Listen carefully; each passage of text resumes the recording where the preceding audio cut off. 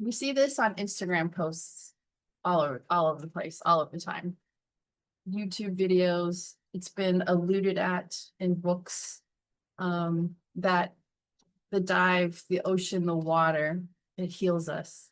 Whether it's ions that are positive or negative, or just being in a blue space, people call the dive space medicine.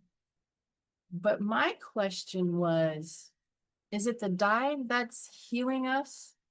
Is healing the word we really want to use when it comes to thinking about mental health and trauma conditions?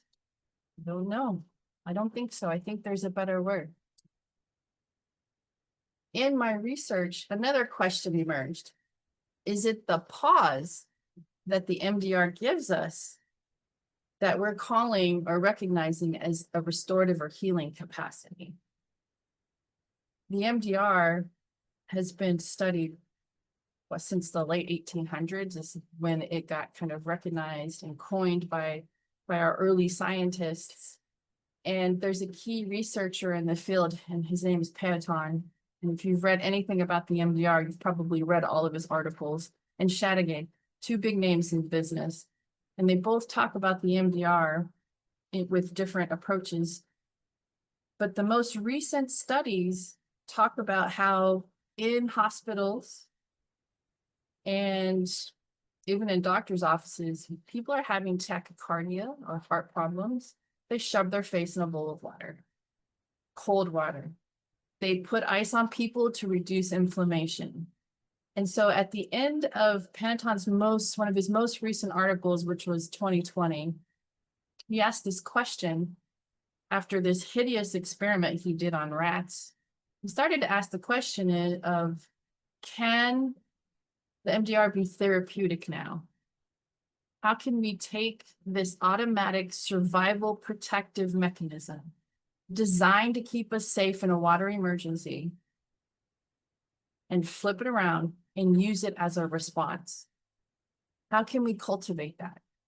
So the gap that I saw was, okay, so he's asking, can we use the MDR therapeutically? Then we have a researcher named Alex Special, who says, well, I think that the MDR could be used to help decrease the sympathetic overload from post-traumatic stress disorder. But people can't go freediving all the time, so I don't know how we're going to solve this problem. And then we have the therapists and people like Stephen Porges, who created polyvagal theory, and folks like Mathersol, who said, but wait a minute, we can track trauma physiology through heart rate variability and nervous system flexibility. But how can we bring a pause to people to help them come to therapy in a more relaxed state body? I'm sitting at the crossroads of reading all of these research articles, which you'll have. There's 9 pages of references at the end of the book. It'll be a researcher's delight and dream, how this is all. It's blown my mind the whole time. It's been so hard to sit on this, but I'm sitting there and I'm reading all these studies and thinking about, is the MDR giving us the physiological pause we need to take with us to cultivate the restoration process? And what about it? What about being in the water or being in that protective response is so beneficial, and it's so powerful that people say, it's healing me. I'm healed. I'm better now. That was like my primary question behind this. And what I found was, it's not just the dive itself. The dive, it feels great. It's wonderful. I think we all could agree, even if we have a terrible dive session, mentally we consider it terrible, we still leave feeling pretty good, right?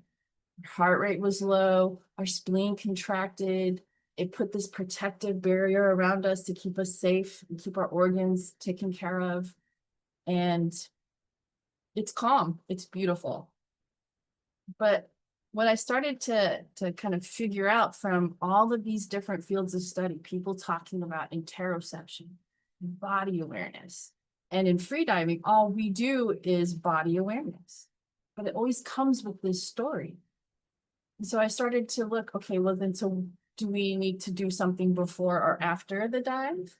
And that's where Shadagay comes in. And she said, by the time we're in our 3rd to 5th dive, our nervous system is warmed up. And Panaton said, guess what?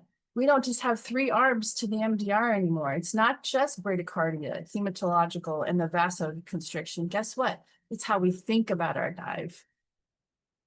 He added the thought process, the cognitive awareness. And so that's the pathway we're going to take together. Can we answer those questions about the MDR and the nervous system? And what do we ultimately get? And what I found is that the overlap of freediving physiology and trauma physiology are the same thing. It's just a different story that the nervous system is telling us. Okay, and that lives in the cranial nerves. I'm sorry to break it to you, but it is all in your head. They were right. It's all in our head. And I really think that's where that saying comes from, because all of our cranial nerves start the nervous system. It kicks it off. It's all up here. One of the other problems I noticed in my research is that we have therapeutic practitioners who do cognitive behavioral therapy. They have these charts and then these lists, and they say, oh, if this thing happens here, you're behaving this way, you're thinking this way, and here's your consequence. It keeps people in their head. And then we have the beautiful somatic practitioners who say, no, no, no, get out of your head. You need to be in your body. Where are you feeling that today? And it's this massive disconnection between the body and the mind. And my work seeks to reconnect it. So in order for us to do that, you can see all the overlaps that I started to see between freediving and mental health, interoception, which is that ability to go into your physiology and detect what's going on, regulation, which is the ability to take the data and make a change that matches the environment.